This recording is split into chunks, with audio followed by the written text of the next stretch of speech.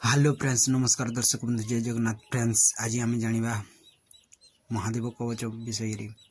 Friends, यही मंत्र को जप कले शरीर बंधन होता है और कौन देवादेवी छुई पारती ना।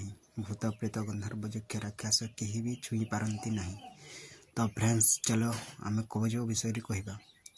भगवान रुद्र मोर अग्र भाग, शंकर पृष्ठ भाव को, कंधर्पी देव दक्षिण भाव को, हर वाम भाव को, शिव मस्तक नील लोहित ललाट को, त्रम्बक मो नेत्र को रक्षा करते। यही प्रकार महेश्वर बाहु को, महादेव हृदय को, ईश्वर उदर को, महेश्वर नाभिक कुक्षि कमर को, भगवान भूतेश संपूर्ण शरीर को रक्षा करते। आपण को नमस्कार। हे भक्त प्रिय, आपण पास शूल दिव्य अस्त्र खड़ग वज्र आदि को रक्षा करो। मन वचन कर्म प्राप्ति करने मोर निष्ठा दृढ़ हो, मोर प्रार्थना अटे। फ्रेंड्स, यही कवचर बहुत विशेष फल अटे।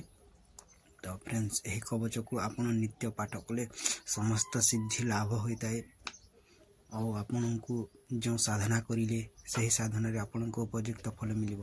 फ्रेंड्स, तो फ्रेंड्स, ये थिला महादेव कवच मंत्र विषय रे। फ्रेंड्स, आपन को केमती लागला, आपन को जदि भल लागला लाइक एंड सब्सक्राइब करो फ्रेंड्स।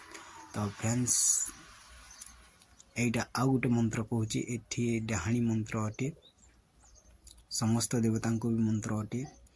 तो फ्रेंड्स, हनुमान दिल श्री मुठी मार भीम पलाऊ भूत पलांती पला पला बोली कहार आज्ञा, हनुमान वीरंकर कोटि कोटि आज्ञा। फ्रेंड्स, तो फ्रेंड्स, आज ये कही मु रखुची। जय जगन्नाथ।